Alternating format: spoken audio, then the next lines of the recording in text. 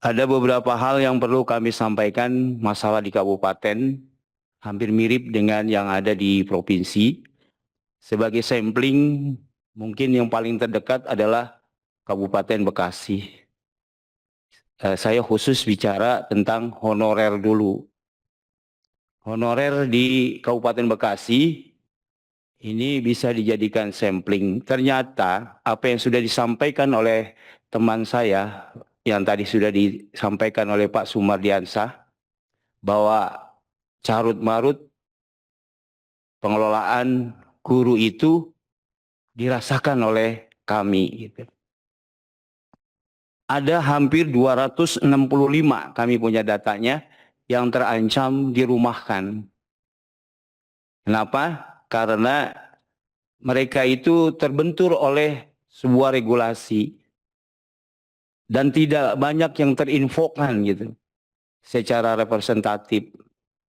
Misalnya saja, mereka banyak yang tidak masuk ke data Dapodik. Bukan karena mereka itu baru mengabdi gitu, tetapi karena mereka tidak terinfokan. Ada beberapa regulasi yang mengatur yang tapi cukup menurut keyakinan saya itu merugikan. Yaitu mereka yang masuk Dapodik serendah-rendahnya harus mendapatkan surat perintah atau surat tugas dari kepala dinas. Sedangkan banyak para kepala dinas yang tidak berani mengeluarkan surat perintah, padahal itu karcis atau untuk masuk supaya mereka ini di tiket supaya masuk di Dapodik. Yang kedua, saya miris Bapak Ibu, ketika penyebutan honorer itu hanya untuk guru. Makanya saya sepakat ada beberapa tokoh di Indonesia yang menyebutkan, kok kenapa kalau TNI tidak ada honorer? Polri tidak ada honorer. Jaksa tidak ada honorer.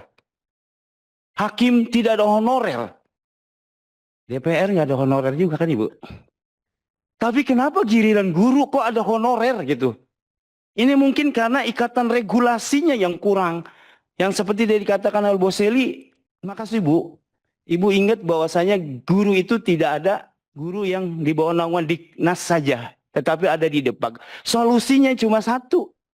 Bikin badan guru nasional. Sehingga tidak akan terklaster itu penyelesaiannya. Yang ini punyanya Kemenag, yang ini punyanya Kemendikdas, dan sebutan lain.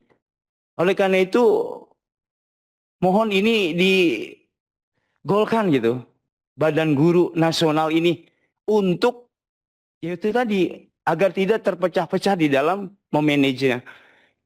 Ini mumpung ketemu Bu, saya mau menyampaikan suara dari bawah juga terkait dengan tunjangan profesi guru yang sekarang sudah dikelola langsung oleh pusat gitu.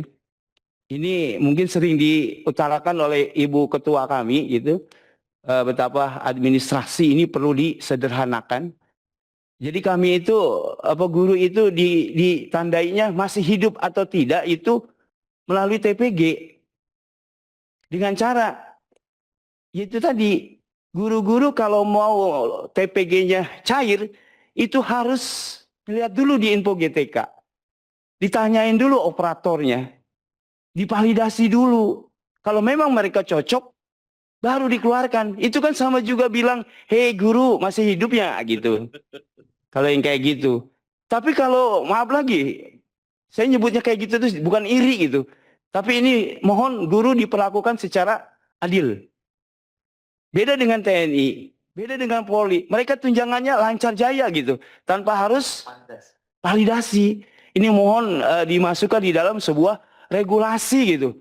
Guru itu sebaiknya diperhatikan sama dengan yang lain.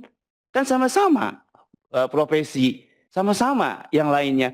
Jadi jangan sampai nanti ada 11% guru yang tadi sudah disampaikan oleh rekan kami, Pak Sumardiansah itu menjadi kenyataan. Nanti bukan saja PGRI yang akan hilang, Bu. Tapi profesi guru akan hilang. Kalau ini tidak diperhatikan. Oleh karena itu sekali lagi, Undang-Undang Perlindungan Guru yang akan, tadi udah janji Bapak Ibu semua ke kami, karena ini akan kami sampaikan ke bawah. Hasil hari ini, bahwasanya tim dari Badan Legislasi DPR RI sepakat dan setuju bahwasanya Undang-Undang Perlindungan Guru akan menjadi prioritas di prolegnas. Yang kedua, bahwasanya Badan Legislasi DPR RI sepakat akan dibentuk Badan Guru Nasional. Sehingga dengan demikian, yang ketiga, bahwasanya Badan Legislasi DPR RI bekerja sama dengan yang lainnya, berkoordinasi dengan yang lainnya, bahwa honorer akan diperhatikan dan akan diselesaikan dengan cara manusiawi. Bismillahirrahmanirrahim. Assalamualaikum warahmatullahi wabarakatuh. Salah.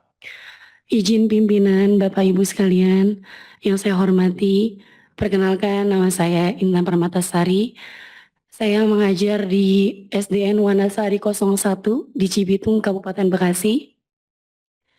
Saya langsung aja Pak, saya yang namanya terdata di 265 itu yang belum masuk data pendidikan Pak. Padahal saya sudah memenuhi masa kerja, tapi sulitnya untuk masuk ke data pendidikan atau Dapodik itu sulitnya luar biasa Pak. Karena Data pendidikan itu apa, Mbak? Dapodik Pak. Data pokok pendidikan Pak, Dapodik. Susah sekali Pak. Kadang informasi yang turun dari dinas ke sekolah tidak menyeluruh Pak. Jadinya kita ketinggalan info. Kayak kemarin ada tes P3K, tapi karena kita tidak masuk dalam Dapodik, kita semua tidak bisa Pak. Tertinggal. Bahkan terbayang-bayang akan dirumahkan. Itu paling sedih sih Pak. Harapan saya dan teman-teman seperti teknik dan guru yang lain bisa ikut P3K penuh waktu. Paling itu sih Pak. Soalnya saya juga sama seperti yang tadi Bapak bilang, pulang mengajar, jadi antar jemput laundry. Mungkin itu aja yang bisa saya sampaikan. Wassalamualaikum warahmatullahi wabarakatuh. Waalaikumsalam. Ya.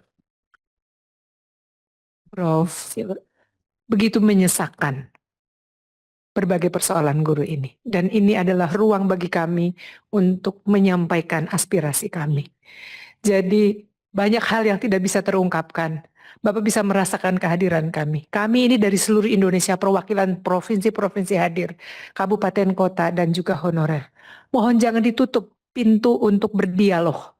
Izinkan kami, kalau kami diminta untuk memberi catatan, kami akan berikan catatan. Kami pun berdialog dengan Komisi 10 dan berterima kasih kepada Bapak Presiden yang telah memberikan 220.000 guru ikut S1 dengan model recognition period of learning, hanya 2 tahun Pak. Sampaikan salam hormat kami ingin sekali bertemu dengan Presiden, karena begitu banyak persoalan-persoalan guru kami hanya bisa sampaikan kepada orang tua kami, pimpinan kami, dan terima kasih, monggo direspon dan kami siap.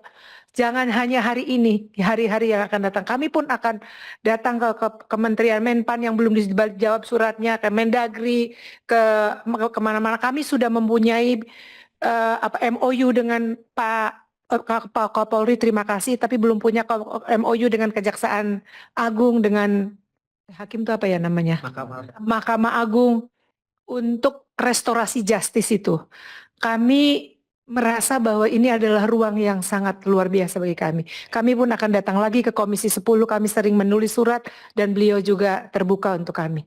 Mohon dukungannya segala perjuangan kami ini. Kami ini adalah orang-orang yang sangat percaya pada Bapak dan semua. Di ruangan ini tempat kami untuk menyampaikan perasaan kami, aspirasi kami. Bapak Ibu Bapak sendiri bisa mendengar bagaimana beliau tidak bisa mengemukakan. Ada banyak hal yang tersimpan di dalam dada kami, tapi kami percaya sama Bapak dan karena keterbatasan waktu. Alright.